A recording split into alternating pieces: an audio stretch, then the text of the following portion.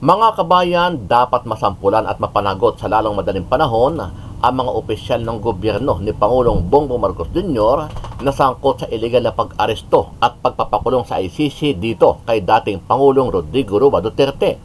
Yan ang matinding pahayag at galit na sinabi ni Senador Amy Marcos matapos siyang sumugod sa ombudsman para formal na sampahan ng kaso ang mga nagtraidor kay dating Pangulong Duterte. Ayon sa senadora, matapos silang magsagawa ng investigasyon sa Senado, napatunayan na napakaraming nilabag na mga gabinete ni PBBM para kidnapin at dalhin sa dahig si PRRD.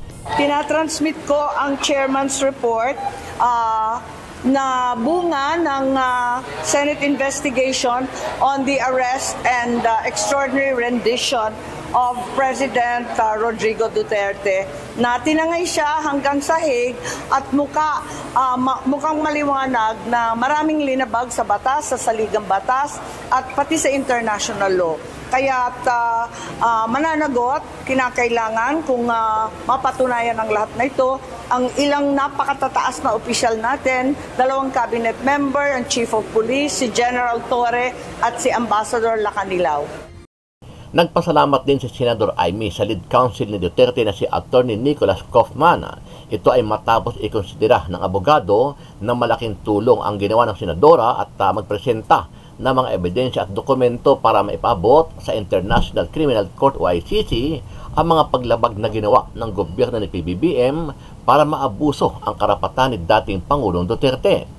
Kinakailangan talagang ipapaabot ko sa lalong madaling panahon basta makatulong at ang alam natin, ang sino mang Pilipino ay may karapatan manatili sa sariling bansa at ipagtanggol ng sariling husgado. Dahil dito, umaasa ang senadora na kakatigan sila ng ombudsman dahil aniya ay hinarang sa Senado ang kanilang investigasyon kaugnay dito. Naniniwala si Senador Amy na mapapanagot at mapaparusahan agad ang mga akusado dahil sa malinaw na may malakas at matatag silang ebidensya laban sa mga ito. Inaasahan ko na yung ating mahal na ombudsman ay tuluyang imbestigahan kasi nga hinaharang ito sa Senado, nahihirapan kami na kumuha ng testigo at sana kung kinakailangan patawanan ng kaso at parusa. Samantala, naglabas naman ng pahayag si VP Sara Duterte kaugnay sa kanyang kinakaharap na impeachment trial sa mga susunod na buwan. Ayon sa pangalawang Pangulo, handa na siya sa anumang kahihinatnan ng kanyang kaso. Ganun pa man, ipinapaubaya na niya sa kanyang mga abogado ang mga paghahanda para dito. I've not been thinking about that. I leave it up to the lawyers to prepare for the impeachment. They've been preparing for it since the moment one of the members of the House of Representatives announced that there will be an impeachment, and that was October 2023. So right now, I leave it up to the lawyers. No, as I said in the stage earlier, I will not talk about my impeachment because people might think that this is about my interest. I told them that you just leave the impeachment to me, and I am at peace. I am at peace whatever the outcome of the impeachment trial will be, whether it be acquitted or guilty. I have already accepted the two possibilities. Sa iba pang mga balita, binanata ni Attorney Harry Roque ang kampo ni Pangulong Bongbong Marcos Jr. dahil sa di umano ay may natuklasan ang Hong Kong Anti-Money Laundering Office kaugnay sa mga Marcos. Ayon kay Roque, lumabas sa investigasyon na may ninakaw na yaman ang pamilya Marcos na 100 bilyon at 350 tonelada ng ginto. Aniya, dapat itong mabawi sa mga Marcos at mapakinabangan ng mga ordinaryong Pilipino, partikular ang mga OFW. Bumuo po ng isang special investigation team ang Hong Kong Anti-Money Laundering Office para imbestigahan ang di umano ay money laundering activities ng mga Marcos. Opo, ang pamilya ng Junior na ayaw hair follicle test dahil maraming nagdududa na siya ay bangag. Yan po ay tanging nakaw na yaman. Kung meron po talagang 100 billion at 350 tons na gold, dapat po yan mapunta sa mga Pilipino sa libreng gamot at libreng paggamot, sa libreng edukasyon, sa libreng irigasyon. Hindi po yan dapat pakinabangan ng mga bangag Nakakahiya kayo mga bangag. International na naman ang inyong publicity. Money laundering, corruption, $100 billion. Mga magnanakaw, mga switik, mga kleptocrats. Ewan ko nga ba bakit hindi pa kayo pinaparusahan ng Panginoon. Ano ang masasabi mo dito, kabayan? Mapaparusahan na kaya sa lalong madaling panahon ang mga pinangalanan ni Senador Aimee na gabinete ng kanyang kapatid na si PBBM? Ito ay dahil sa controversial na pagpapadakip sa ICC dito kay former President Duterte. Sama-sama nating panuorin ang buong video at pakicomment nyo po ang inyong mga reaksyon at sariling opinion. Pero bago yan, sa mga hindi pa po nakasubscribe sa ating channel na Kabayan News PH, pakipindot po ang subscribe button at pakiclick na rin ang notification bell para lagi kayong updated sa mga bagong upload natin na legit at napapanahong balita. Maraming pong salamat. Personal na dinala ni Senador Aimee Marcos sa tanggapan ng Ombudsman ang Chairman's Report batay sa 3 Senate hearing ng komite. Kaugnay ito ng pag-aresto kay former President Rodrigo Duterte at pag-turnover sa kanya ng pamahalaan sa International Criminal Court o ICC. Inirekomenda nito ang ilang kaso laban kina Justice Secretary Crispin Remulla at sa kapatid dito na si Interior and Local Government Secretary John Vic Remulla. Kabilang rin dito sina Philippine National Police o PNP Chief General Romel Marbil, PNP Criminal and Investigation Detection Group o CIDG Chief Major General Nicolas Torre III at si Special Envoy on Transnational Crime Ambassador Marcos Lacanilaw. Aniya, dapat tuluyang imbestigahan ang kasong ito ng Ombudsman dahil marahil ay may kriminal at administratibong paglabag ang nasabing mga opisyal ng pamahalaan. Tinatransmit ko ang chairman's report na bunga ng Senate investigation on the arrest and extraordinary rendition of President Rodrigo Duterte na tinangay siya hanggang sahig at mukhang maliwanag na maraming linabag sa batas, sa saligang batas at pati sa international law. Kaya mananagot, kinakailangan kung mapatunayan ang lahat na ito, ang ilang napakatataas na opisyal natin, 2 cabinet member, ang Chief of Police, si General Torre at si Ambassador Lacanilaw. Nagpasalamat naman ang presidential sister sa pagkilala sa naging investigasyon nila ng British-Israeli lawyer na si Attorney Nicholas Kaufman, abogado ni dating Pangulong Duterte sa ICC, na planong gawing suporta ang Senate inquiry sa hiling nilang mapalaya ang former president. Kinakailangan talagang ipapaabot ko sa lalong madaling panahon basta makatulong at ang alam natin ang sino mang Pilipino ay may karapatan manatili sa sariling bansa at ipagtanggol ng sariling husgado. Monica, nilinaw naman ni Senador Aimee Marcos na dinala niya sa Ombudsman ang Chairman's Report kaugnay ng kaso ni dating Pangulong Duterte dahil dito naman anya talaga dinadala kung may paglabag ang government official. Naniniwala ang mambabatas na walang bias o pagkiling at walang takot ang ombudsman na kasuhan at parusahan ang mga karapat-dapat na parusahan. Yan ang latest dito sa tanggapan ng ombudsman. Balik sa iyo, Monica. Handa sa anumang resulta ng impeachment trial. Ito ang binigyang diin ngayon ni Vice President Sara Duterte nang muling tanungin tungkol sa kanyang impeachment.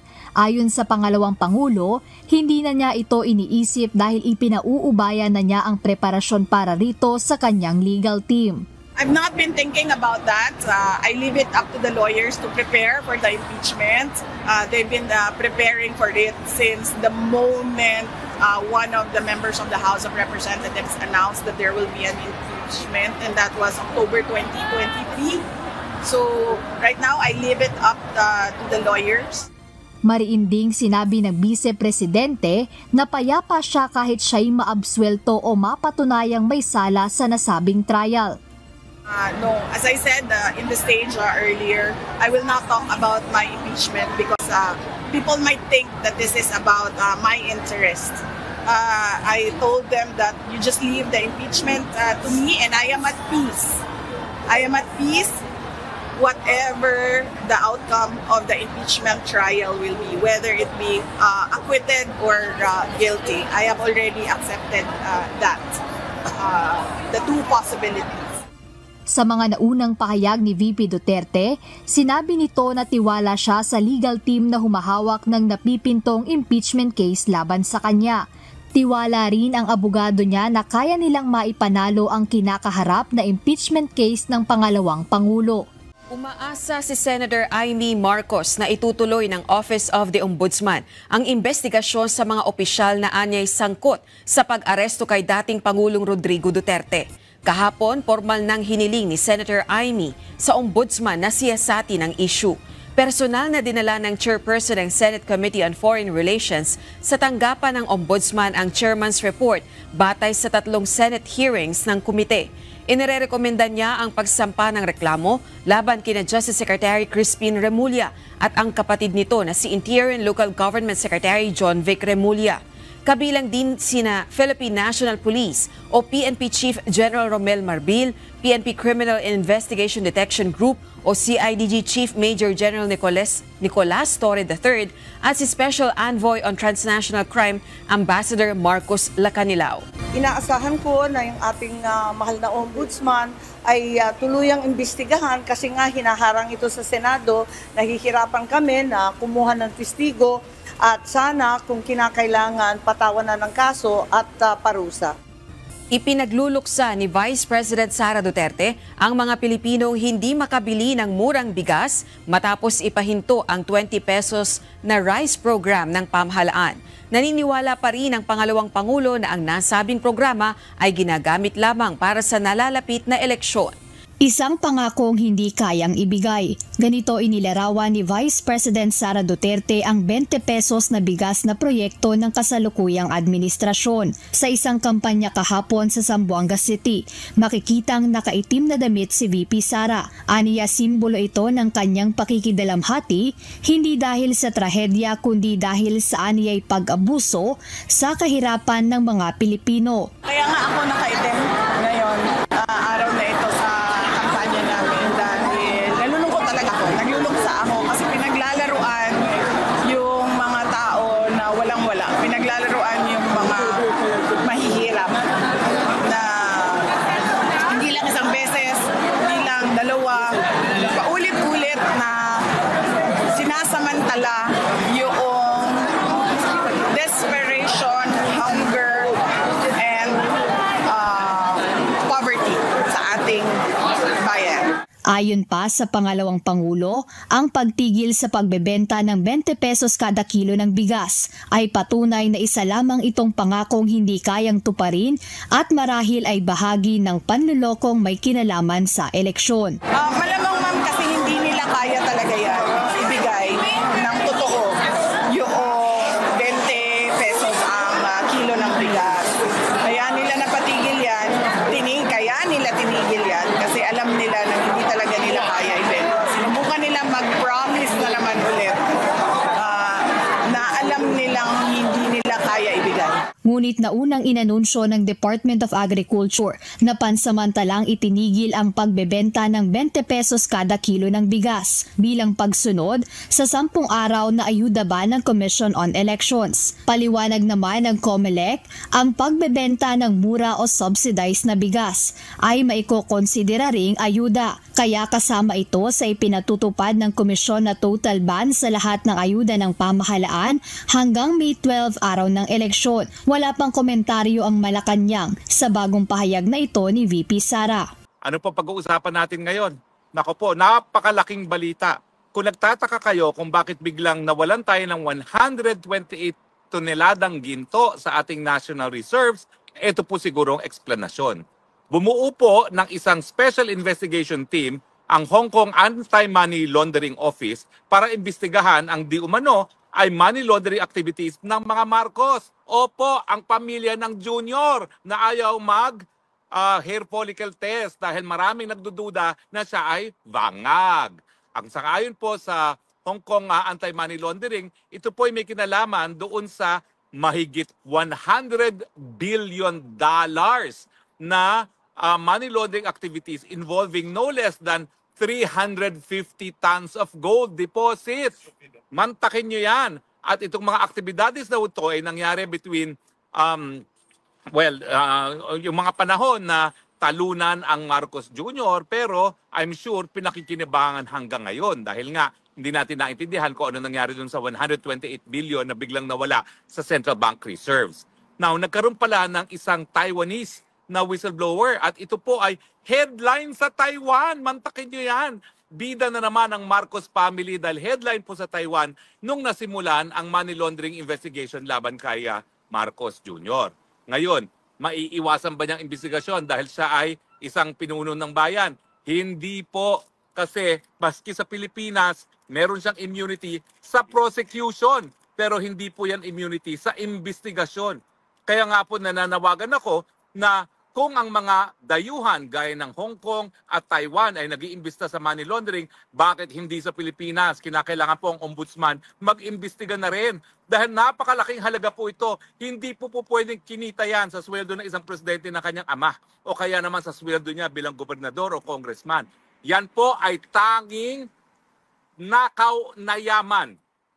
Kung meron po talagang 100 billion at 350 tons na gold, dapat po yan mapunta sa mga Pilipino sa libreng gamot at libreng paggamot, sa libreng edukasyon, sa libreng irigasyon. Hindi po yan dapat pakinabangan ng mga bangag. Nakakahiya kayo mga bangag. International na naman ang inyong publicity. Money laundering, corruption, $100 billion. Mga magnanakaw, mga switik, mga kleptocrats. Ewan ko nga ba bakit hindi pa kayo pinaparusahan ng Panginoon. Pinakamataas ang pagkagutom mula nung COVID.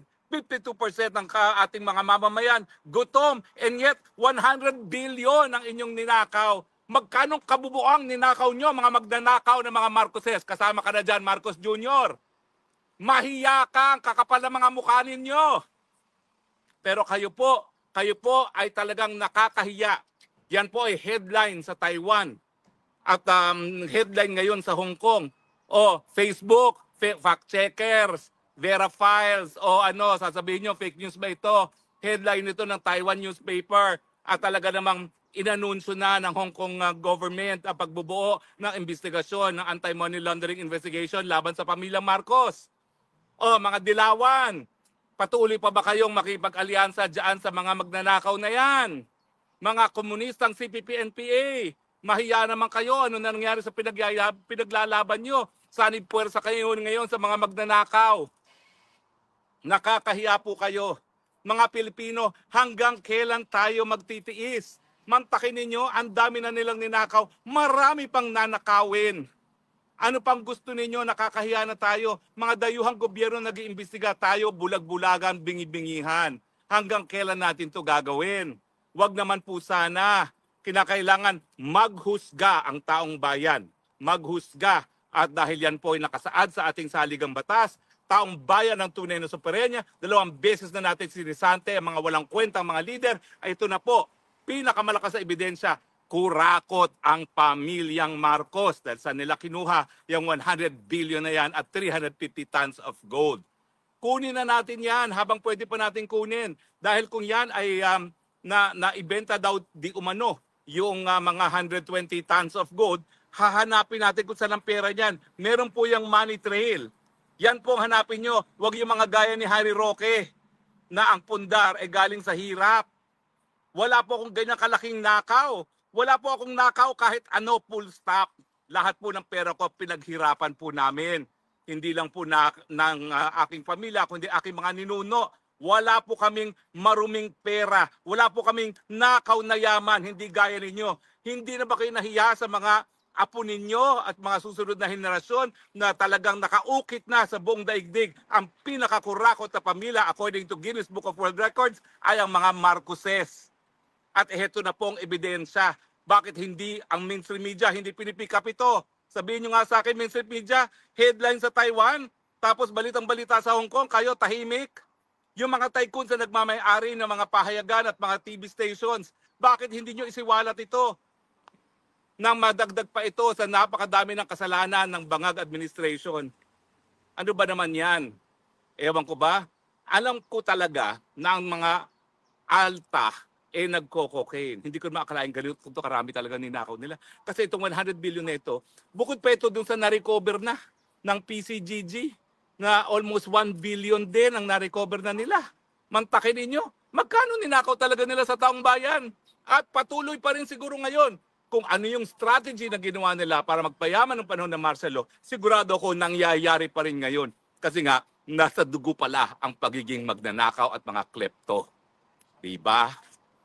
Taong bayan, itong panawagan ko. Mahiya naman tayo.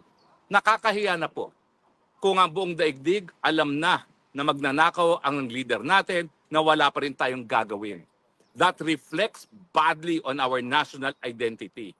Nagbubulag-bulagan, nagbibibihihan sa magnanakaw na presidente. Maghusga po tayo, hindi po to krimen, hindi po to incitement to sedition. Ang people power po, nakasaad yan sa saligang batas. Gamitin natin ang kapangyarihan natin. Ibalik natin ang mga ninakaw na yaman sa kaban ng taong bayan. Saan ba manggagaling yan? Hindi po pwedeng nanggaling yan sa Yamashita gaya ng sinasabi niya dahil wala namang basehan yan. Hindi naman sila nanalo ng loto. Yan po ay galing sa pawis, lalong-lalo na ng mga OFWs. Dahil ang mga kumikita naman talaga sa Pilipinas ay mga OFWs. Galing po yan sa pawis at sa luha ng mga OFWs.